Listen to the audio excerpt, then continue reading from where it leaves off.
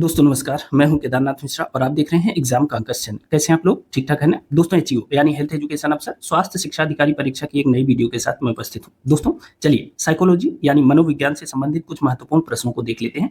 आप जानते हैं कि कल हम लोगों ने साइकोलॉजी से संबंधित कुछ प्रश्नों को पढ़ा था। तो कल हम लोगों ने पहला प्रैक्टिस सेट किया था। आज साइकोलॉजी का दूसरा प्रैक्टिस सेट लेकर मैं उपस्थित हूं। ठीक है? तो ध्यानपूर्वक प्रश्नों को पढ़िएगा। प्रश्नों को तैयार करने में बहुत सावधानी बरती गई है और ध्यान रखा गया है कि यह आपकी परीक्षा के लिए उपयोगी हो और साथ ही उत्तर प्रदेश लोक सेवा आयोग के स्तर का हो। ठीक है? एक चीज और ध्यान रखिएगा, जो प्रश्न बनाए गए हैं उसमें फैक्चुअल और कॉन्सेप्चुअल दोनों तरह के प्रश्नों को बनाया गया है, क्योंकि जो हमारा सेकंड पोर्शन है सोशल साइंस का, उसका हमें पुराना कोई एक्सपीरियंस नहीं है कि उत्तर प्रदेश लोक सेवा आयोग किस तरह के प्रश्नों को तैयार करेगा। ठीक है? तो ध्यान से पढ़िएगा प्रश्नों को, एक एक चीज को देखते हुए चलिएगा। ठीक है? प्रश्न बिल्कुल स्तरीय है। ठीक है? केवल स्तरीय नहीं है, आपकी परीक्षा के लिए बिल्कुल उपयोगी है। ठीक है? तो प्रश्नों की श्रृंखला को शुरू करते हैं। उसके पहले इस वीडियो को अपने दोस्तों मित्रों के साथ शेयर कर दीजिए। चैनल पे नए हैं तो सब्सक्राइब जरूर करिएगा और वीडियो पसंद आए तो लाइक जरूर कर दीजिएगा। अगर आपको पीडीएफ चाहिए तो पीडीएफ के लिए आप 9125156661 पर आप मैसेज कर सकते हैं, व्हाट्सएप मैसेज कर सकते हैं और तब तक आप इंतजार करिए जब तक यहाँ से आपको कोई जवाब नहीं मिलता है। जब जवाब मिलेगा तो आपको इंस्ट्रक्शन भी दिए जाएंगे और उसी के अनुपालन करने के बाद जो है आपको पीडीएफ प्राप्त हो जाएगी। ठीक है? चलिए प्रश्नों की श्रृंखला को शुरू करते हैं। सबसे पहले बात करते हैं पहले नंबर प्रश्न की। ठीक है? पहला प्रश्न क्या है? एक व्यक्ति में मानसिक विकार यानी मेंटल डिसऑर्डर की आनुवंशिक संवेदनशीलता है यानी जेनेटिक ससेप्टिबिलिटी है। ठीक है? लेकिन सपोर्टिव इन्वायरमेंट और कम साइकोलॉजिकल स्ट्रेस के कारण उसमें डिसऑर्डर विकसित नहीं होता है। यह स्थिति साइकोलॉजी और पब्लिक हेल्थ के किस मॉडल को सबसे सटीक रूप में दर्शाती है? ठीक है? ऑप्शन ए है टेबुलर रासा, ऑप्शन बी है diathesis stress model, option C है विशुद्ध आनुवंशिक नियतिवाद यानी प्योर जेनेटिक डिटर्मिनिज्म और चौथा ऑप्शन है पारिस्थितिक तंत्र सिद्धांत। बताइए, मैं आपको प्रश्न को कायदे से समझा देता हूं। एक व्यक्ति में जेनेटिकली मतलब उसके माता पिता से मिला है कि उसे मेंटल डिसऑर्डर है। ठीक है? मानसिक विकार की समस्या है। ठीक है? लेकिन उसे वैसा वातावरण नहीं मिला। ठीक है?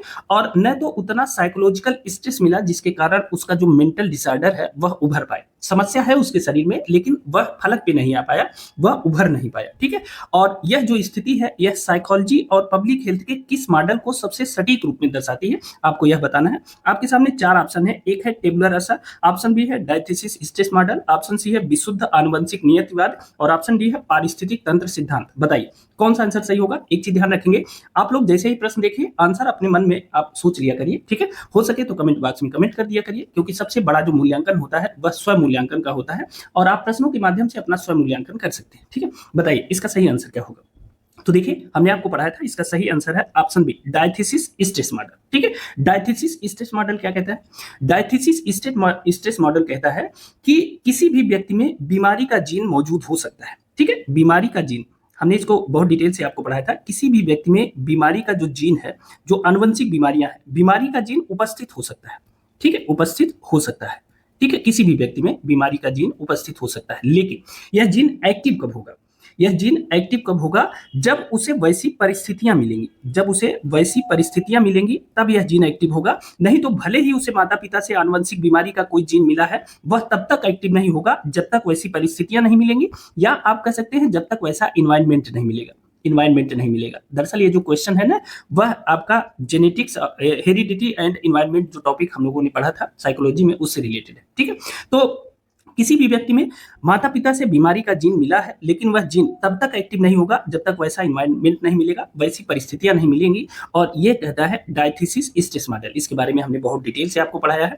प्रश्न क्या कहता है कि एक व्यक्ति में मानसिक विकार की जो आनुवंशिक संवेदनशीलता है वो है, मतलब उसे माता पिता से मानसिक विकार के जीन मिले हैं। ठीक है? लेकिन उसको वैसा सपोर्टिव इन्वायरमेंट नहीं मिला, न तो उसे उतना साइकोलॉजिकल स्ट्रेस हुआ जिसकी वजह से यह जीन निकल पाए। ठीक है? ये फलक पर आ पाए, ये एक्टिव हो पाए। ठीक है? तो इसे किस मॉडल में, साइकोलॉजी और पब्लिक हेल्थ के किस मॉडल को सबसे सटीक रूप से दर्शाती है? तो डायथेसिस स्ट्रेस मॉडल। ठीक है? ध्यान से देखिएगा प्रश्न को, बी ऑप्शन सही होगा। चलिए दूसरे प्रश्न की बात करते हैं। देखिए आज का हमारा जो दूसरा प्रश्न है वह उत्तर प्रदेश के पूर्वांचल क्षेत्र में दशकों तक फैले जापानी इंसेफ्लाइटिस के नियंत्रण के लिए निम्नलिखित में से कौन सा पर्यावरण एवं सार्वजनिक स्वास्थ्य हस्तक्षेप यानी environmental and public health interventions महत्वपूर्ण रहा? ठीक है? ऑप्शन ए है विशुद्ध रूप से आनुवंशिक समस्या, ऑप्शन बी है कुपोषण जनित यानी न्यूट्रिशनल समस्या, ऑप्शन सी है पर्यावरणीय एवं स्वच्छता यानी इन्वायरमेंटल एंड सैनिटेशन संबंधी समस्या और ऑप्शन डी है स्वप्रतिरक्षी समस्या। बताइए अगर उत्तर प्रदेश लोक सेवा आयोग ने आपको स्वास्थ्य शिक्षा अधिकारी बना दिया है या आपकी स्वास्थ्य शिक्षा अधिकारी परीक्षा में उत्तर प्रदेश लोक सेवा आयोग आपसे यह सवाल करता है कि उत्तर प्रदेश का जो पूर्वांचल क्षेत्र क्षेत्र है। आप में से ज्यादातर लोग जानते होंगे कि जो गोरखपुर की एरिया है वहां बहुत दिनों तक जापानी इंसेफ्लाइटिस बुखार का कहर था। बहुत सारे बच्चों ने दम तोड़ दिया इसकी वजह से। अगर आपसे यह पूछ लिया जाए कि जो उत्तर प्रदेश का पूर्वांचल क्षेत्र है वहां जो जापानी इंसेफ्लाइटिस फैली हुई थी उसके नियंत्रण के लिए पर्यावरण एवं सार्वजनिक स्वास्थ्य हस्तक्षेप का कौन सा ऐसा कारण था इसमें से जो दिए गए विकल्प हैं जिसकी वजह से उस पर नियंत्रण स्थापित हो सका। ठीक है, तो आपके सामने 4 ऑप्शन दिए गए हैं। एक तो विशुद्ध रूप से आनुवंशिक समस्या, दूसरा कुपोषण जनित समस्या, तीसरा पर्यावरणीय एवं स्वच्छता संबंधी समस्या और चौथा है स्वप्रतिरक्षी समस्या। ठीक है, बताइए किस तरह की समस्या थी और उसके निपटान के बाद जो है इस बीमारी में कमी आई है, इस पर नियंत्रण स्थापित किया जा सका। बताइए सही आंसर क्या होगा? तो इसका सही आंसर होगा ऑप्शन सी, पर्यावरण एवं स्वच्छता संबंधी समस्या। अब देखिए, आप जानते हैं कि जो जापानी इंसेफ्लाइटिस है यह आनुवंशिक समस्या तो है नहीं। ठीक है, न तो यह कुपोषण से संबंधित समस्या है और न तो यह ऑटो इम्यून संबंधी समस्या है। ये क्या है? यह पर्यावरण एवं स्वच्छता संबंधी समस्या है और पर्यावरण और स्वच्छता को बढ़ावा देकर के इस समस्या पर नियंत्रण किया जा सका है। ठीक है, और उसके साथ साथ और चीजें इसके साथ की गई हैं। अब अगर आपसे कोई पूछ ले कि जो जापानी बुखार है यह कैसे होता है, अगर कोई पूछे आपसे कि जापानी बुखार या जापानी इंसेफ्लाइटिस कैसे होता है, इसका कारक क्या है, बैक्टीरिया है कि वायरस है, तो आप बताएंगे कि जापानी बुखार का जो कारक है वह एक वायरस है। ठीक है, और जापानी बुखार का जो वायरस है ये रहता कहाँ है, तो यह जो है गंदगी को अपना घर बताता है। ठीक है, गंदगी को, और गंदगी में जो जीव मिल जाते हैं यह वास्तव में जो फैलने का इसका मुख्य कारण है यह है एक मच्छर। ठीक है, और वह मच्छर है क्यूलेक्स मच्छर। क्यूलेक्स मच्छर। ठीक है, अब क्यूलेक्स मच्छर के द्वारा यह फैलता है। आप जानते हैं कि जो मच्छर है वो कहाँ फैलते हैं, पानी में फैलते हैं, जहां गंदी जगह रहती है वहीं मच्छरों का जन्म हो जाता है। ठीक है, अब ये जो मच्छर है ना, अब हमने आपको बताया कि वायरस गंदगी में फैलता है और एक खास बात यह है कि यह जो वायरस है यह सुअर जैसे जीवों, जो गंदगी में रहती है, सुअर जैसे जीवों को अपना घर बनाता है, अपना ठिकाना बनाता है। मान लीजिए कोई सुअर जो है जापानी इंसेफ्लाइटिस वायरस से संक्रमित है और उसके खून को क्यूलेक्स मच्छर ने चूस लिया। ठीक है, उसके बाद यही जो मच्छर है यह सामान्य आदमी को जाके काट लेता है, सामान्य आदमी को। ठीक है, जाकर के काट लेता है, तो वह जो सामान्य आदमी है वह इससे पीड़ित हो जाता है। ठीक है, इससे जापानी बुखार से पीड़ित हो जाता है। तो अगर इसको खत्म करना है, इसको कमजोर करना है, सबसे पहला क्या करना होगा कि जिस एरिया में सबसे ज्यादा समस्या है इस बुखार से संबंधित, उस एरिया से सबसे पहले गंदगी को समाप्त करना होगा। जब हम गंदगी समाप्त करेंगे तो वहां से मच्छर खत्म हो जाएंगे। ठीक है, मच्छर खत्म होंगे और साथ ही उस क्षेत्र में अगर सुअरों की आबादी ज्यादा है तो इनको वहां से हटाना चाहिए। ठीक है, तो उत्तर प्रदेश में सरकार के द्वारा ऐसे ही प्रयास किए गए। ठीक है, तमाम तरह के प्रयासों में एक प्रयास यह भी था कि पर्यावरणीय एवं स्वच्छता यानी इन्वायरमेंटल एंड सैनिटेशन संबंधी जो समस्या थी उसका निदान किया गया और उसके बाद इस पर नियंत्रण स्थापित किया जा सका। ठीक है, इसके लिए तमाम और चीजें जिम्मेदार थी, उसमें एक कारक यह भी था। ठीक है, याद रखिएगा। अगले प्रश्न की तरफ चलते हैं। आज का जो हमारा तीसरा प्रश्न है, मनोविज्ञान में मानव विकास आनुवंशिकता और वातावरण का गुणनफल है। ठीक है, न कि योगफल। यह प्रसिद्ध कथन किस मनोवैज्ञानिक से संबंधित है, बताइए। ये हमने आपको बताया है, मनोविज्ञान में मानव विकास आनुवंशिकता और वातावरण का गुणनफल है, न कि योगफल। किसने कहा, बताइए। ऑप्शन ए है जेबी वाटसन, ऑप्शन बी है आर.एस. वुडवर्थ, ऑप्शन सी है जीन पियाजे, ऑप्शन डी है सिगमंड फ्रायड। बताइए इसका सही आंसर क्या होगा। अब देखिए इसका सही आंसर क्या होगा, option B R S. Woodworth. R S. Woodworth महोदय ने कहा कि मानव विकास आनुवंशिकता और वातावरण का गुणनफल है, न कि योगफल। ठीक है, इन्होंने क्या बताया था, ये हमने आपको पढ़ाया है। इन्होंने कहा कि डेवलपमेंट बराबर होता है हेरिडिटी इनटू इन्वायरमेंट। ठीक है, हेरिडिटी इनटू इन्वायरमेंट। ठीक है, ये इन्होंने कहा कि जो वास्तव में आनुवंशिकता होती है ना, आनुवंशिकता और वातावरण, ये इनका गुणनफल होता है मानव विकास। ठीक है, डेवलपमेंट बराबर हेरिडिटी इनटू इन्वायरमेंट। इन्होंने कहा कि अगर इसमें से कोई भी एक शून्य हो जाएगा, मान लीजिए हेरिडिटी शून्य हो गई तो यानी सब शून्य हो गया, इन्वायरमेंट भी शून्य हो जाएगा, डेवलपमेंट भी शून्य हो जाएगा। मान लीजिए हेरिडिटी नहीं शून्य हुई, इन्वायरमेंट शून्य हो गया, तो इसका मतलब हेरिडिटी भी शून्य हो जाएगी और जब शून्य से किसी अंक से गुणा करेंगे तो डेवलपमेंट क्या होगा, शून्य हो जाएगा। उसका रिजल्ट क्या आता है, शून्य आता है। ठीक है, तो आर.एस. वुडवर्थ का ये फार्मूला था और हमने आपको पढ़ाते समय ये बताया भी था कि इन्होंने एक उदाहरण दिया था कि मिट्टी और बीज का उदाहरण। ठीक है, और इन्होंने बताया था कि जो आनुवंशिकता है, आनुवंशिकता एक बीज की तरह है और एक बीज में सारे गुण हैं। ठीक है, सारे गुण हैं, एक विशाल पेड़ बनने की जन्मजात क्षमता है उस बीज में। ठीक है, लेकिन उस बीज को जो मिट्टी मिली, उस बीज को जो मिट्टी मिली वह मिट्टी उपजाऊ नहीं है, यानी यह मिट्टी कह लीजिए या आप इसे पर्यावरण कह लीजिए, यह पर्यावरण उपजाऊ नहीं है, मतलब इसमें पोषक तत्वों की कमी है। ठीक है, या इस मिट्टी में पानी की कमी है। तमाम ऐसी चीजें हैं जिसकी कमी मिट्टी में है, यानी पर्यावरण की कमी है। तो बीज में चाहे जितने गुण हो, अगर पर्यावरण उसे सपोर्ट नहीं करेगा तो यह बीज कभी वृक्ष नहीं बन पाएगा, ठीक है, या जितनी संभावना थी उतना बड़ा वृक्ष नहीं बन पाएगा, ठीक है। तो जैसे अगर किसी बच्चे में क्षमता है, आईएएस बनने की क्षमता है, लेकिन उसे क्या है, मौके पर किसी ने सपोर्ट नहीं किया, पढ़ने लिखने के पैसे नहीं मिल पाए, तमाम चीजें हैं जिंदगी की जद्दोजहद में, किसी ने सपोर्ट नहीं किया, लेकिन टैलेंट उसके अंदर है, तो वह आईएएस नहीं बन पाया, लेकिन वह पीसीएस बन गया, स्वास्थ्य शिक्षा अधिकारी बन गया, आरओ बन गया, जूनियर असिस्टेंट बन गया, कुछ भी बन गया, बन तो गया, मान लीजिए उसे नौकरी मिल गई, लेकिन उसकी जो पूरी क्षमता है वह तो रह गई, ठीक है, क्योंकि उसका जो पर्यावरण था वह अच्छा नहीं मिला, ठीक है। तो यही कहते हैं आर्य सूडवर्थ महोदय, ठीक है। और इन्होंने कहा कि development is equal to heredity into environment, इसमें से अगर कुछ भी शून्य होगा तो डेवलपमेंट शून्य हो जाएगा, ठीक है। आगे चलते हैं, चौथे प्रश्न की बात करते हैं। चौथा प्रश्न हमारा कहता है कि स्वास्थ्य शिक्षा अधिकारी यानी एचईओ को ग्रामीण क्षेत्रों में मातृ एवं शिशु स्वास्थ्य यानी एमसीएच पर काम करना है। यदि कोई बीमारी एपीजेनेटिक्स से प्रभावित है तो इसका क्या अर्थ है, ठीक है, ध्यान से सुनिएगा प्रश्न को। एक स्वास्थ्य शिक्षा अधिकारी हैं, उनको ग्रामीण क्षेत्रों में मातृ एवं शिशु स्वास्थ्य पर काम करना है, ठीक है। यदि कोई बीमारी एपीजेनेटिक्स से प्रभावित है तो इसका क्या अर्थ है, मतलब आपको यह बताना है कि वास्तव में एपीजेनेटिक्स का अर्थ क्या है। ऑप्शन ए है यह बीमारी केवल तभी होगी जब माता और पिता दोनों में इसका जीन हो।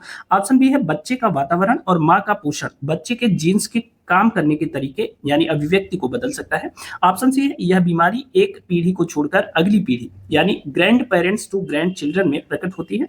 और ऑप्शन डी है इस बीमारी का जीन और पर्यावरण से कोई संबंध नहीं है। बताइए इसका सही आंसर क्या होगा, जल्दी से बताइए। एपीजेनेटिक्स किसे कहते हैं, जल्दी से बताइए। अब देखिए इसका सही आंसर होगा ऑप्शन बी, बच्चे का वातावरण और माँ का पोषण बच्चे के जीन्स के काम करने के तरीके यानी अभिव्यक्ति को बदल सकता है। देखिए हमने आपको बताया था एपीजेनेटिक्स, एपीजेनेटिक्स ये क्या है, जेनेटिक्स ये क्या है, एपीजेनेटिक्स।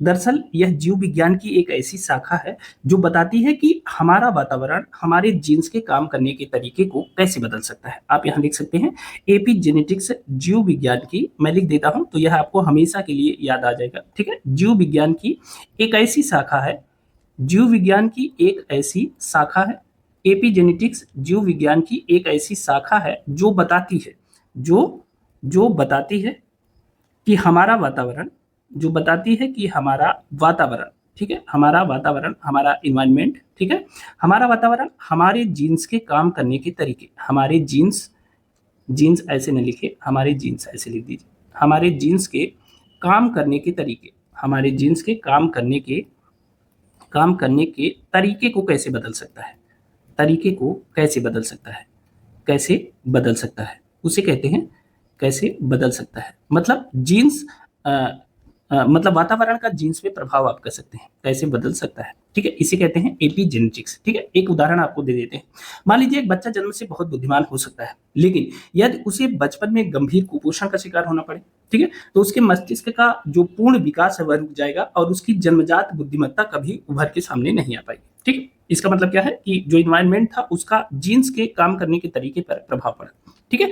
तो इसे ध्यान रखेंगे, जो एपीजेनेटिक्स है बच्चे का वातावरण और माँ का पोषण, ठीक है, ये दोनों पे डिपेंड करता है। जैसे बच्चा गर्भ में है तो अगर बच्चे में बहुत ज्यादा अपॉर्चुनिटी है, ठीक है, कि बच्चा बहुत अच्छा होगा, बच्चे में बहुत ज्यादा गुण है, लेकिन जो माँ के गर्भ का वातावरण है वो अगर कमजोर हो गया, माँ को पोषण नहीं मिला, अब हो सकता है कि बच्चे में स्टंटिंग की समस्या आ जाए, हो सकता है वेस्टिंग की समस्या आ जाए, तमाम चीजें हो सकती हैं। तो दोनों के लिए आवश्यक है कि जो बच्चे का वातावरण है, जो माँ का पोषण है, वो दोनों अच्छा होना चाहिए, नहीं तो इसका प्रभाव जीन्स के काम करने के तरीके पर पड़ता है, ठीक है ना। आगे चलते हैं, वही उदाहरण आप उसी से ऐड कर सकते हैं। जैसे बीज में संभावना बहुत है, ठीक है, बीज में संभावना बहुत है, लेकिन पर्यावरण अच्छा नहीं है, ठीक है, एपीजेनेटिक्स यही है, ठीक है। आगे चलते हैं, जो हमारा पांचवा प्रश्न है वह है सिकल सेल एनीमिया, यानी sickle cell anaemia Uttar Pradesh के सोनभद्र और मिर्जापुर जैसे क्षेत्रों में मुख्य रूप से जनजातीय आबादी को प्रभावित करता है, ठीक है। लोक स्वास्थ्य के संदर्भ में यह किस प्रकार का निर्धारक है, डिटर्मिनेंट है। ऑप्शन ए है सामाजिक आर्थिक, ऑप्शन बी है पर्यावरणीय, ऑप्शन सी है जैविक आनुवंशिक, ऑप्शन डी है व्यवहारिक। बताइए सिकल सेल एनीमिया, आप जानते हैं सिकल सेल एनीमिया, ठीक है, सिकल सेल एनीमिया ये आनुवंशिक बीमारी है, ठीक है।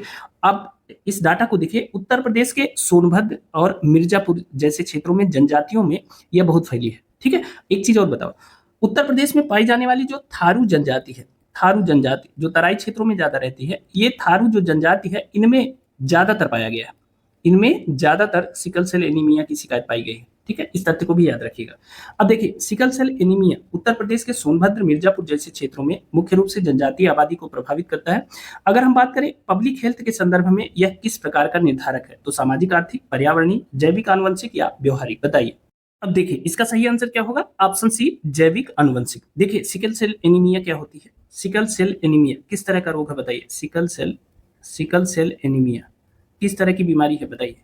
एनीमिया, क्योंकि बीमारियों का वर्गीकरण तो आपको आना चाहिए। यह एक आनुवंशिक बीमारी है, आप जानते हैं, यह एक आनुवंशिक बीमारी है। ठीक है, आनुवंशिक बीमारी का मतलब यह माता पिता से बच्चों में जाता है। माता पिता से किस में जाता है? बच्चों में जाता है। ठीक है, एक पीढ़ी से दूसरी पीढ़ी में जाता है। अब यह जो बीमारी है वह वास्तव में ब्लड डिसऑर्डर है। क्या है? रक्त विकार आप कह सकते हैं। यह एक ब्लड डिसऑर्डर है। ठीक है, ब्लड डिसऑर्डर है। अब इसमें क्या होता है कि जो ब्लड कार्पसेल्स होते हैं, उनका जो आकार पहले गोल रहता है, वह क्या होता है? वह बदल के हंसिए के आकार का हो जाता है। ठीक है, हंसिए के आकार का हो जाता है। ठीक है, ये हंसिए के आकार का या अर्धचंद्र की तरह हो जाता है।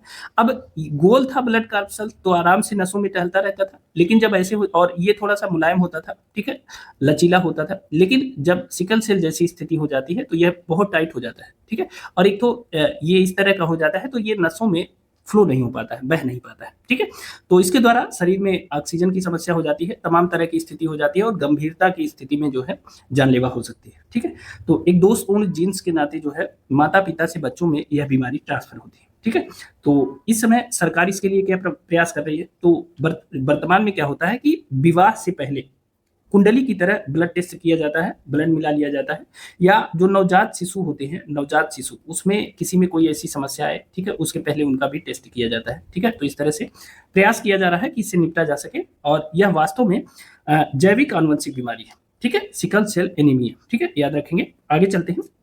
छठवां प्रश्न क्या कहता है? निम्नलिखित में से किसे सुजननकी यानी यूजेनिक्स का जनक माना जाता है? बताइए, सुजननकी का जनक किसे माना जाता है? ऑप्शन ए है जेबी वाटसन, ऑप्शन बी है फ्रांसिस गाल्टन, ऑप्शन सी है आर.एस. वुडवर्थ और ऑप्शन डी है बी.एफ. स्किनर। बताइए, बहुत आसान सा प्रश्न है। सुजननकी यानी यूजेनिक्स का जनक किसे माना जाता है? जल्दी से बताइए।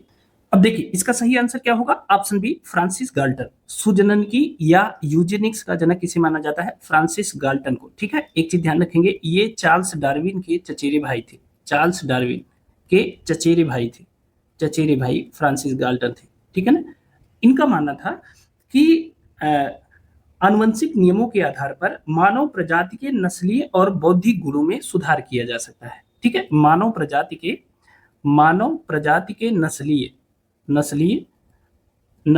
और बौद्धिक गुणों में सुधार किया जा सकता है। ठीक है, मानव प्रजाति के नस्लीय और बौद्धिक गुणों में सुधार किया जा सकता है। किया जा सकता है।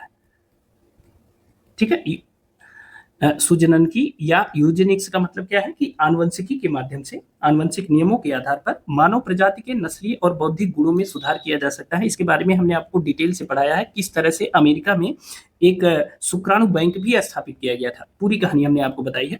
आप सिर्फ इतना याद रखें, सुजननकी का जनक किसे कहा जाता है? तो फ्रांसिस गाल्टन को कहा जाता है। इस बात को ध्यान रखेंगे।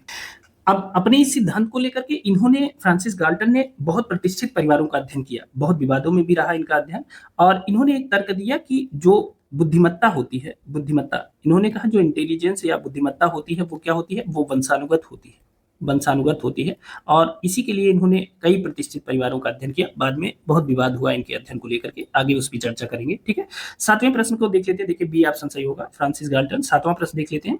सातवां प्रश्न है, व्यवहारवाद के जनक जेबी वाटसन का आनुवंशिकता और पर्यावरण के संबंध में क्या दृष्टिकोण था? आपको बताना है कि व्यवहारवाद के जनक जेबी वाटसन का आनुवंशिकता और पर्यावरण के संबंध में क्या दृष्टिकोण था। ऑप्शन ए है, वे आनुवंशिकता को बुद्धिमत्ता का मुख्य कारक मानते थे। ऑप्शन बी है, उन्होंने व्यवहार और व्यक्तित्व के विकास में वातावरण की अत्यंत महत्वपूर्ण भूमिका पर बल दिया। ऑप्शन सी है, वे आनुवंशिकता और पर्यावरण को बराबर 50-50% का योगदान देते थे। और ऑप्शन डी है, उनके अनुसार दोनों में से कोई भी विकास को प्रभावित नहीं करता। बताइए, इसका सही आंसर क्या होगा? अब देखिए, इसका सही आंसर क्या होगा? ऑप्शन बी, उन्होंने व्यवहार और व्यक्तित्व के विकास में वातावरण की अत्यंत महत्वपूर्ण भूमिका पर बल दिया। देखिए, व्यवहारवाद के जनक है जेबी वाटसन। ठीक है, ये कट्टर इन्वायरमेंटलिस्ट है। ठीक है, इनके बारे में हमने आपको बताया था, और इन्होंने ही तो कहा था कि देखिए, आनुवंशिकता वगैरह कुछ नहीं होती है, मुझको 1 दर्जन बच्चे दे दो, ठीक है, और जो कहो वो बना दूंगा। ठीक है, ये पूरी तरह से पर्यावरणवादी है, ठीक है, व्यवहारवादी है, पर्यावरणवादी है। और ये कहते हैं कुछ नहीं आनुवंशिकता वगैरह होती है, मुझको 1 दर्जन बच्चे दे दो और उनको जो कहो वो मैं बना दूंगा, उनको डॉक्टर बना दूंगा, उनको वकील बना दूंगा, उनको चोर बना दूंगा। मैंने इसके बारे में आपको बहुत डिटेल से बताया है, ठीक है। तो जेबी वाटसन जो कुछ भी मानते हैं आनुवंशिकता को नहीं बल्कि पर्यावरण को मानते हैं। उनका कहना है कि व्यवहार और व्यक्तित्व विकास में जो सर्वाधिक भूमिका है वह वातावरण की है, कैसे माहौल में कोई बच्चा पलता है, ठीक है। तो इसे भी ध्यान रखेंगे। 7वां प्रश्न है। 8वें प्रश्न की बात करते हैं। डायथीसिस स्ट्रेस मॉडल जिसका उपयोग स्वास्थ्य मनोविज्ञान में मानसिक विकारों को समझने के लिए किया जाता है, किस पर आधारित है? बताइए। डायथीसिस स्ट्रेस मॉडल, पहला प्रश्न हमारा इससे रिलेटेड था। इसका उपयोग स्वास्थ्य मनोविज्ञान में मानसिक विकारों या मेंटल डिसऑर्डर को समझने के लिए किया जाता है। यह किस पर आधारित है? ऑप्शन ए है केवल पोषण संबंधी कमियों पर, ऑप्शन बी है केवल आनुवंशिक उत्परिवर्तन पर, ऑप्शन सी है जैविक आनुवंशिक संवेदनशीलता तथा पर्यावरणीय तनाव की अंतःक्रिया पर, ऑप्शन डी है केवल बचपन की खेलकूद पर। बताइए इसका सही आंसर क्या होगा? अब देखिए इसका सही आंसर है ऑप्शन सी, जैविक आनुवंशिक संवेदनशीलता तथा पर्यावरणीय तनाव की अंतःक्रिया पे। अभी जब पहला प्रश्न हम डिस्कस कर रहे थे तब हमने आपको बताया कि किसी भी व्यक्ति में मानसिक विकार के जीन उपस्थित है, लेकिन वो तब तक ट्रिगर नहीं करेंगे जब तक उन्हें वैसी परिस्थितियां नहीं मिलेंगी, यानी पर्यावरण में जब तक उतना तनाव नहीं होगा तब तक उस व्यक्ति में वो जो बीमारी है, जो मेंटल डिसऑर्डर है, वो फलक पे नहीं आएगी, बाहर नहीं आएगी, एक्टिव नहीं होगी, ठीक है। तो यह किस पे डिपेंड है? जैविक आनुवंशिक संवेदनशीलता तथा पर्यावरणीय तनाव पर, ठीक है, याद रखेंगे।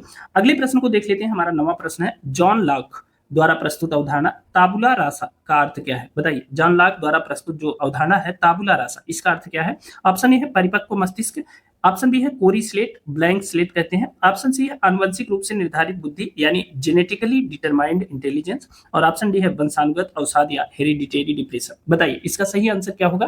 ताबुला रासा। जॉन लॉक ने ताबुला रासा का क्या अर्थ बताया है? बताइए। अब देखिए इसका सही आंसर क्या है? ऑप्शन बी, कोरी स्लेट। जॉन लॉक ने बताया कि जो मनुष्य का जब जन्म होता है ना, तो वह एक ताबुला रासा की तरह होता है, एक कोरी स्लेट की तरह होता है, ठीक है।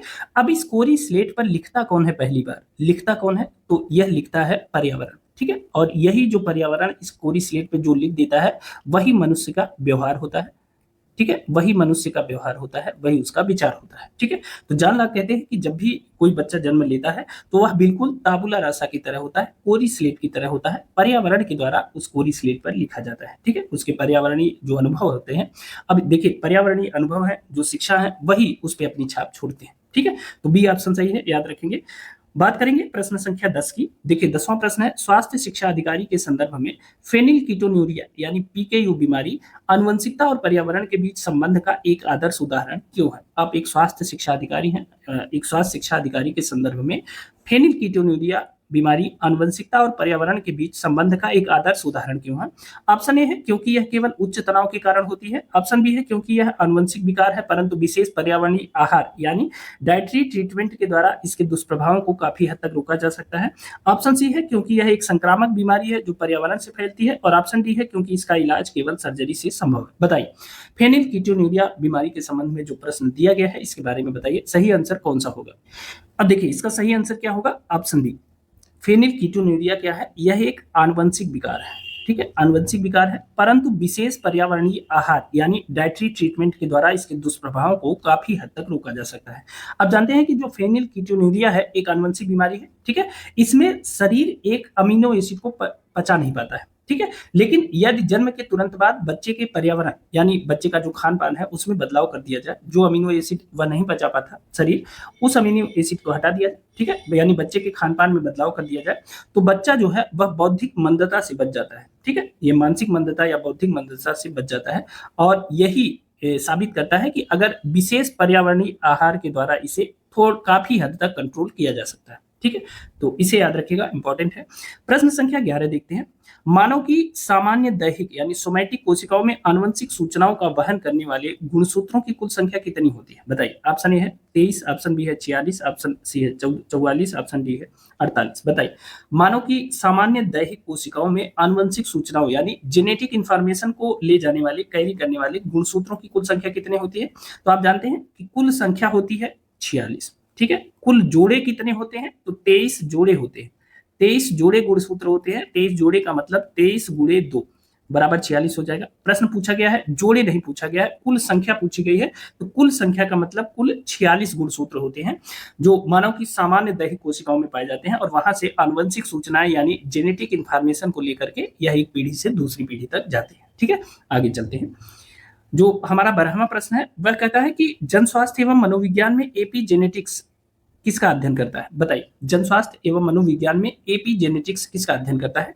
ऑप्शन ए है डीएनए के मूल अनुक्रम में अस्थायी परिवर्तन का। ऑप्शन बी है अनुवंशिक रोगों की शल्य चिकित्सा यानी सर्जरी द्वारा इलाज का। ऑप्शन सी है यह अध्ययन की पर्यावरण और जीवन शैली किस प्रकार डीएनए अनुक्रम यानी डीएनए सीक्वेंस को बदले बिना जीन्स के कार्य करने के तरीके को प्रभावित करते हैं। और ऑप्शन डी है केवल संक्रामक रोगों के फैलाव का। अभी ऊपर हमने आपको इसके बारे में बताया भी है, ठीक है, डिटेल से बताया है। तो पब्लिक हेल्थ और साइकोलॉजी में एपीजेनेटिक्स किसका अध्ययन करता है? यह अध्ययन करता है, ऑप्शन सी सही होगा, यह अध्ययन करता है कि पर्यावरण और लाइफ स्टाइल यानी जीवन शैली किस प्रकार डीएनए के अनुक्रम यानी डीएनए सीक्वेंस को बदले बिना जीन्स के कार्य करने के तरीके को प्रभावित कर सकता है, यानी जीन एक्सप्रेशन को प्रभावित कर सकता है बिना डीएनए सीक्वेंस को बदले। ठीक है, इसका अध्ययन किसमें करते हैं? एपीजेनेटिक्स में करते हैं। इसे ध्यान से पढ़ लीजिएगा, इसे कहीं नोट कर लीजिएगा। ठीक है, आपकी परीक्षा में यह प्रश्न पूछा जा सकता है। ठीक है, यानी सी ऑप्शन सही होगा। आगे चलते हैं, अगले प्रश्न को देख लेते हैं। जो हमारा 13वां प्रश्न है वह है कलिकाक परिवार का अध्ययन किस मनोवैज्ञानिक के द्वारा आनुवंशिकता के प्रभाव को दर्शाने के लिए किया गया था? किसका अध्ययन? कलिकाक परिवार का अध्ययन किस मनोवैज्ञानिक के द्वारा आनुवंशिकता के प्रभाव को दर्शाने के लिए किया गया था? ऑप्शन ए है हेनरी गडार्ड, ऑप्शन बी है कार्ल जंग, ऑप्शन सी है सिगमंड फ्राइड और ऑप्शन डी है जीन पियाजे। बताइए, ये प्रश्न पूछा जा सकता है, हालांकि ये प्रश्न बहुत विवादित भी है। ठीक है, तो ध्यान रखिएगा। इसका सही आंसर क्या होगा, जल्दी से बताइए। देखिए, इसका सही आंसर है ऑप्शन ए हेनरी गडार्ड। ठीक है, हेनरी गडार्ड। अब इन्होंने कलिकाक परिवार का अध्ययन किया, इनके दो अलग अलग वंशज परिवारों का अध्ययन किया। ठीक है, कलिकाक परिवार के, और प्रयास किया, उन्होंने यह सिद्ध करने का प्रयास किया कि जो मंद बुद्धिता होती है, मंद बुद्धिता और अनैतिक व्यवहार मंद बुद्धिता और अनैतिक व्यवहार ये क्या होते हैं? ये आनुवंशिक होते हैं। इन्होंने यह सिद्ध करने का प्रयास किया इसके द्वारा कि मंद बुद्धिता और अनैतिक व्यवहार आनुवंशिक होते हैं। ठीक है, इनके इस अध्ययन की बड़ी आलोचना हुई थी। ठीक है, तो बस खाली आप इतना याद रखेंगे, कलिकाक परिवार का अध्ययन किसने किया था? ठीक है, तो हेनरी गॉडार्ड ने मार्टिन कलिकाक के दो अलग अलग वंशज परिवारों का अध्ययन किया था, और अपने अध्ययन के द्वारा वह यह सिद्ध करना चाह रहे थे कि मंद बुद्धिता और अनैतिक व्यवहार जो है आनुवंशिक होता है। ठीक है, तो याद रखिएगा, इसका बड़ा विरोध हुआ था। ठीक है, क्योंकि जो चीज विवादों में रहती है अक्सर परीक्षाओं में पूछ ली जाती है, इसलिए इसे ध्यान रखेंगे। ठीक है, प्रश्न संख्या 14 की बात करते हैं। स्वास्थ्य मनोविज्ञान में गर्भाशय का वातावरण निम्नलिखित में से किस श्रेणी में आता है? यानी प्रीनेटल एनवायरनमेंट किस श्रेणी में आता है? ऑप्शन ए है आंतरिक आनुवंशिक कारक, ऑप्शन बी है जैविक पर्यावरणीय कारक, ऑप्शन सी है सामाजिक सांस्कृतिक कारक, ऑप्शन डी है केवल आनुवंशिक म्यूटेशन। बताइए, स्वास्थ्य मनोविज्ञान मतलब हेल्थ साइकोलॉजी में जो गर्भाशय का वातावरण है, प्रीनेटल एनवायरनमेंट, यह किस श्रेणी में आता है? बताइए, इसका सही आंसर क्या होगा? अब देखिए, इसका सही आंसर है ऑप्शन बी जैविक पर्यावरणीय कारक। ठीक है, हमने आपको बताया, मान लीजिए कोई बच्चा पेट में है, पेट में जो गर्भाशय का वातावरण है वही तो बच्चे को चारों ओर से घेरे हुए है ना, और ये जो वातावरण है ये अच्छा होगा तो बच्चा जो है जब वह जन्म लेगा तो बहुत अच्छी स्थिति में रहेगा। ठीक है, इसलिए जो गर्भाशय का वातावरण है यह एक जैविक और पर्यावरणीय कारक है। ठीक है, गर्भाशय का वातावरण जो होता है वो माँ का अगर पोषण अच्छा रहेगा तो यह वातावरण भी अच्छा रहेगा, इससे भी बच्चा स्वस्थ होगा। ठीक है, अच्छे से मतलब बच्चे का पूर्ण विकास होगा। लेकिन अगर गर्भाशय में कोई संक्रमण हो जाए, जैसे रुबेला जैसा संक्रमण अगर माता को हो जाए तो इसका प्रभाव बच्चे पर भी पड़ेगा। ठीक है, तो इस बात को ध्यान रखेंगे, गर्भाशय का जो वातावरण है वह जैविक और पर्यावरणीय कारक के अंतर्गत आता है। ठीक है, याद रखिएगा। अगले प्रश्न को देख लेते हैं, जो हमारा 15 नंबर प्रश्न है। वंशानुक्रम व्यक्ति को केवल सीमाएं यानी पोटेंशियल लिमिट्स प्रदान करता है, जबकि पर्यावरण यह तय करता है कि वह उन सीमाओं तक पहुंच पाएगा या नहीं। यह कथन प्रस्तुत करता है, कौन प्रस्तुत करता है? ऑप्शन ए है आनुवंशिकता का पूर्ण वर्चस्व यानी complete dominance of heredity, option B है पर्यावरण की निरर्थकता यानी the futility of the environment, option C है जीन पर्यावरण अंतःक्रिया यानी gene environment interaction, option D है केवल सामाजिक गतिशीलता यानी सोशल मोबिलिटी ओनली। बताइए, इसका सही आंसर क्या होगा? अब देखिए, इसका सही आंसर है ऑप्शन सी जीन पर्यावरण अंतःक्रिया यानी जीन इन्वायरमेंट इंटरैक्शन। हमने अभी आपको बताया था ना कि देखिए ये प्रश्न कई तरीके से पूछा जा सकता है। हमने आपको अभी बताया था कि जीन में जो क्षमता है वो पर्याप्त है। जीन में यानी आप ये बीज समझ लीजिए, बीज में पर्याप्त क्षमता है। ठीक है, एक बड़ा पेड़ बनने की और कई टन फल उत्पादन की क्षमता है। ठीक है, लेकिन उसका जो इन्वायरमेंट है वो अच्छा नहीं मिला। एनवायरनमेंट अच्छा नहीं मिला, इसका मतलब यह जो बीज है एक जितना इसमें संभावना थी उतना इसको सफलता नहीं मिली। अभी हमने ऊपर आपको इसके बारे में डिटेल बताया है, ठीक है ना। तो इसका मतलब क्या है कि देखिए ये जो कथन कहा गया है कि वंशानुक्रम व्यक्ति को केवल सीमाएं प्रदान करता है, वह लोअर लिमिट और अपर लिमिट तय करता है वंशानुक्रम, ठीक है। पोटेंशियल लिमिट जिसे कहते हैं वो वंशानुक्रम के द्वारा तय होता है, लेकिन पर्यावरण यह तय करता है कि वह उन सीमाओं तक पहुंचेगा कि नहीं, जितनी उसकी अपर लिमिट है वहां तक जाएगा कि नहीं, ये कौन तय करता है, पर्यावरण। और वही उदाहरण हमने बीज और पर्यावरण का, बीज और मिट्टी का दिया था, ठीक है। तो इसे याद रखिएगा, यह इंपॉर्टेंट है, ठीक है। यानी जीन पर्यावरण अंतःक्रिया के द्वारा ही यह तय हो पाता है कि कोई भी जो बीज है वो वास्तविक स्थिति को प्राप्त करेगा कि नहीं, जितनी उसकी क्षमता है, ठीक है। आगे चलते हैं, 16 नंबर क्वेश्चन की बात करते हैं। प्रश्न संख्या 16 है, ऑटिज्म स्पेक्ट्रम डिसऑर्डर, ऑटिज्म से पीड़ित बच्चे में शुरुआती बिहेवियरल थेरेपी द्वारा सुधार लाना किसका उदाहरण है, बताइए। ऑटिज्म स्पेक्ट्रम डिसऑर्डर, या आप सीधे ऑटिज्म कह लीजिए, ऑटिज्म से पीड़ित बच्चे में शुरुआती बिहेवियर थेरेपी द्वारा सुधार लाना किसका उदाहरण है। ऑप्शन ए है केवल आनुवंशिक सुधार का, ऑप्शन बी है अर्ली बिहेवियर या साइकोलॉजिकल इंटरवेंशन के प्रभाव का, ऑप्शन सी है दवाओं के पूर्ण असर का, ऑप्शन डी है आनुवंशिकी को पूरी तरह बदल देने का। बताइए इसका सही आंसर क्या होगा। अब देखिए इसका सही आंसर क्या होगा, ऑप्शन बी अर्ली बिहेवियरल या साइकोलॉजिकल इंटरवेंशन के प्रभाव, ठीक है। ऑटिज्म में क्या होता है, एक जेनेटिक समस्या है, ठीक है। और इससे पीड़ित बच्चे को अगर शुरुआती बिहेवियरल थेरेपी द्वारा सुधार लाना किसका उदाहरण है, तो अर्ली बिहेवियरल या साइकोलॉजिकल इंटरवेंशन के प्रभाव का सुधार है, ठीक है।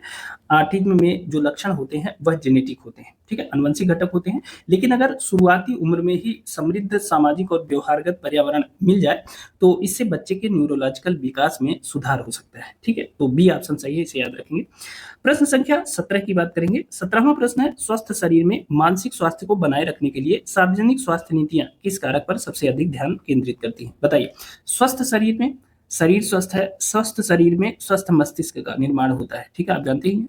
तो स्वस्थ शरीर में मानसिक स्वास्थ्य को बनाए रखने के लिए जो पब्लिक हेल्थ की जो नीतियां बनाई जाती हैं किस कारक पर सबसे अधिक ध्यान केंद्रित करती हैं। ऑप्शन ए है मानव जीन्स को बदलने पर, ऑप्शन बी है पर्यावरणीय और सामाजिक सुरक्षात्मक घटकों को बेहतर बनाने पर, ऑप्शन सी है आनुवंशिक परीक्षणों को अनिवार्य करने पर, और ऑप्शन डी है केवल दवाइयों के निर्माण पर। बताइए इसका सही आंसर क्या होगा, बताइए इसका सही आंसर क्या होगा। देखिए इसका सही आंसर है पर्यावरणीय और सामाजिक सुरक्षा घटकों को बेहतर बनाने के लिए, ठीक है। हमने आपको बताया था कि जो जेनेटिक समस्या है, जो जेनेटिक प्रॉब्लम है, जेनेटिक प्रॉब्लम को सरकार दूर नहीं कर सकती, ठीक है। जेनेटिक प्रॉब्लम को दूर नहीं कर सकती, थोड़ी देर से उसे थोड़ा सा उसका प्रभाव आपके शरीर पर ज्यादा ना पड़े, इसको थोड़ा सा मैनेज किया जा सकता है। सरकार कर क्या सकती है, सरकार जीन्स नहीं बदल सकती, लेकिन वह आपका वातावरण बदल सकती है, पर्यावरण बदल सकती है, ठीक है, पर्यावरण बदल सकती है। और वो जो जीन्स की समस्या है आपके शरीर में, कोशिश करेगी सरकार कि वह जीन्स की जो ट्रिगर पॉइंट है वो न मिले, ठीक है। तो आपके पर्यावरण को बदल के सरकार क्या करेगी, आपका पोषण बदलेगी, ठीक है। पोषण की व्यवस्था आपके लिए की जा सकती है, ठीक है। स्वच्छता की व्यवस्था की जा सकती है, स्वच्छता की व्यवस्था की जा सकती है। शिक्षा की व्यवस्था की जा सकती है, शिक्षा की, ठीक है। सुरक्षित वातावरण की व्यवस्था की जा सकती है, सुरक्षित वातावरण, ठीक है, सुरक्षित वातावरण। तो सरकार जो है यह देने का प्रयास करती है, ठीक है, ताकि आपका जो ट्रिगर पॉइंट है ना उस बीमारी का वो ना आने पाए। तो क्या है, जो जेनेटिक समस्या है उसको सरकार नहीं बदल सकती, जीन्स को नहीं बदल सकती, लेकिन बदलेगी किसे, वातावरण को बदलेगी, ठीक है। और वातावरण को बदल के सरकार का यह प्रयास रहेगा कि वह जो समस्या आपके शरीर में है जेनेटिक, वह बाहर ना निकल पाए, ठीक है। चलिए अगले प्रश्न की तरफ चलते हैं। आज का हमारा 18वां और लास्ट प्रश्न है, प्रकृति बनाम पोषण, नेचर वर्सेज नर्चर विवाद में प्रकृति शब्द किसे संदर्भित करता है, बताइए। प्रकृति बनाम पोषण के विवाद में, यानी नेचर वर्सेज नर्चर विवाद में प्रकृति शब्द किसे संदर्भित करता है। ऑप्शन ए है पेड़ पौधे और जलवायु को, ऑप्शन बी है जैविक एवं आनुवंशिक विशेषताओं को, ऑप्शन सी है पारिवारिक और सामाजिक माहौल को, ऑप्शन डी है विद्यालयी शिक्षा को। बताइए प्रकृति शब्द किसे संदर्भित करता है। अब देखिए इसका सही आंसर क्या होगा, ऑप्शन बी जैविक एवं आनुवंशिक विशेषताओं से। देखिए प्रकृति बनाम पोषण यानी नेचर वर्सेज नर्चर विवाद, इसके बारे में हमने आपको बताया था। नेचर वर्सेज नर्चर विवाद में जो प्रकृति है, प्रकृति क्या है, तो वास्तव में जो प्रकृति है वह व्यक्ति की आंतरिक जैविक और आनुवंशिक संरचना है। क्या है, यह व्यक्ति की आंतरिक जैविक और आनुवंशिक, जैविक और आनुवंशिक संरचना, आनुवंशिक, जैविक और आनुवंशिक संरचना से है, ठीक है। प्रकृति का मतलब संरचना से, ठीक है। और जबकि नेचर का मतलब हो गया पर्यावरण क्या है, एक बाहरी संरचना है, ठीक है। यह बाहरी पर्यावरण अनुभवों से है, ठीक है। तो नर्चर बाहरी पर्यावरण अनुभव है, जबकि नेचर क्या है, जैविक एवं आनुवंशिक विशेषताएं, यानी व्यक्ति की आंतरिक जैविक और आनुवंशिक संरचना से संबंधित है। ठीक है, तो नेचर और नर्चर विवाद के बारे में हमने आपको पढ़ाया अभी तक, नहीं पढ़ा होगा आपने तो पढ़ लीजिएगा। ठीक है, तो ये थे महत्वपूर्ण प्रश्न। ये प्रश्न आपको कैसे लगे हमें कमेंट करके जरूर बताइएगा। साथ ही इस वीडियो को अपने दोस्तों मित्रों के साथ शेयर कर दीजिएगा। चैनल पे नए हैं तो सब्सक्राइब जरूर करिएगा और वीडियो पसंद आए तो लाइक जरूर कर दीजिएगा। बहुत जल्द मिलते हैं किसी अन्य परीक्षा उपयोगी वीडियो के साथ। तब तक के लिए स्वस्थ रहें, मस्त रहें, अपना और अपनों का ख्याल रखें, मेहनत से पढ़ाई करते रहें। बहुत बहुत धन्यवाद।